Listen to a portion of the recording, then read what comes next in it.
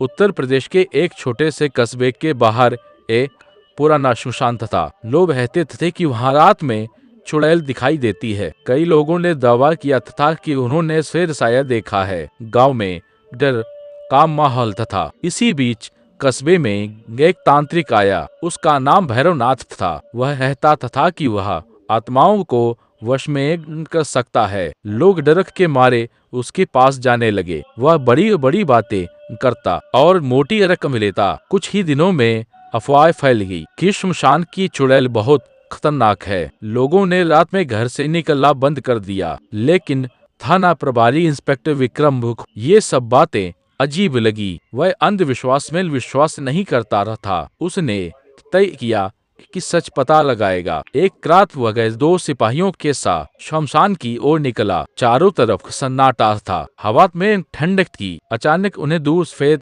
कपड़ों में एक आकृति दिखी। सिपाही डर गए, लेकिन इंस्पेक्टर विक्रम आगे बढ़ा। तभी पेड़ों के पीछे से मंत्रोच्चार की आवाज आने लगी। वह धीरे धीरे उस दिशा में बढ़ा। उन्होंने देखा वहीं तांत्रिक भैरवनाथ बैठा था। उसके पास धुआं करने वाली जड़ी बूटियां थीं और एक महिला सफेद कपड़ों में चेहरा के खड़ी थी। सारी सच्चाई सामने थी। तांत्रिक ने फैलाने के लिए नाटक चाहता था।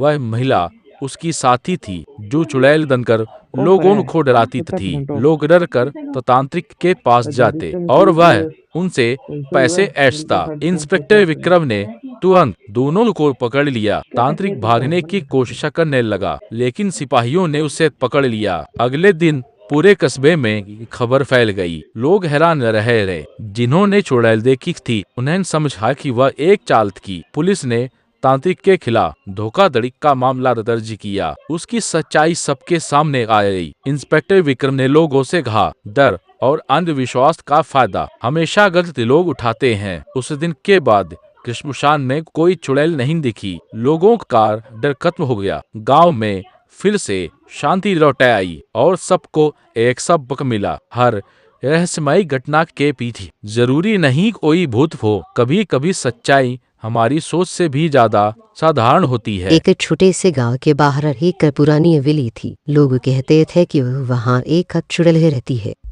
रात होती ही हवेली से रोने और हंसने की आवाजें आती थीं। गांव वाले रास्ते से जाना बंद कर चुके थे। एक दिन अर्जुन नमा का बहादुर लड़का सच्चाई जानने निकाला। उसे टोटली और धीरे धीरे हवेली के अंदर पहुंचा। अंदर कुछ धूल और जालों से भरा था। अचानक ऊपर से किसी के चलने की आवाज आई। अर्जुना का दिल तेज धड़कने लगा था, पर उसने हिम्मत नहीं हारी। वह सीढ़ियां चढ़ कर ऊपर गया। वहां एक सीधा साया खिड़की के पास खड़ा था। तेज हवा चली और साया हिलने लगा। अर्जुन ने पास जाकर देखा तो वह सफेद पर्दा था जो हवा से उड़ रहा था। आवाजें भी टूटी खिड़कियों से आती हवा की थी। उस दिन गांव वालों को समझाया कि चुड़ैल नहीं, उनका डर ही असली भूत था।